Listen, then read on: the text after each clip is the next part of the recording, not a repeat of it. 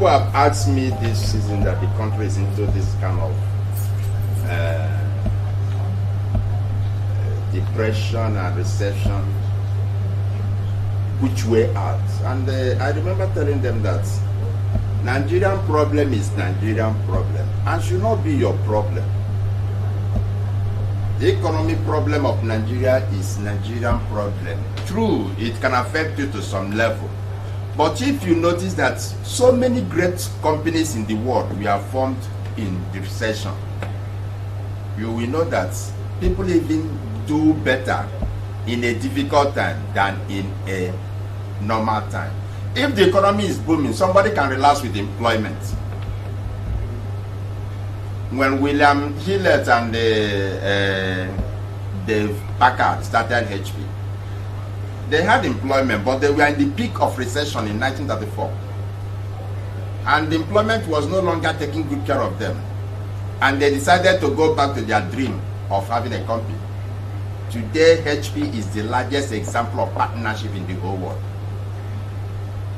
Today, if there was no recession that time, they would have been growing in employment. And one of the greatest distractors of people's destiny is employment. So anytime people think that they are okay, they don't bother. But in recession, people begin to look for cheap things, cheap services, but yet a high quality. That makes people to become more creative, more innovative. And that is why each time there is recession, people do better in setting up companies. This is a country where the nation is too poor, but 5% of the individuals are stinkingly rich. So I don't want you to be bothered anytime with Nigerian problem. That is why I put together 5 points I wanted to look at.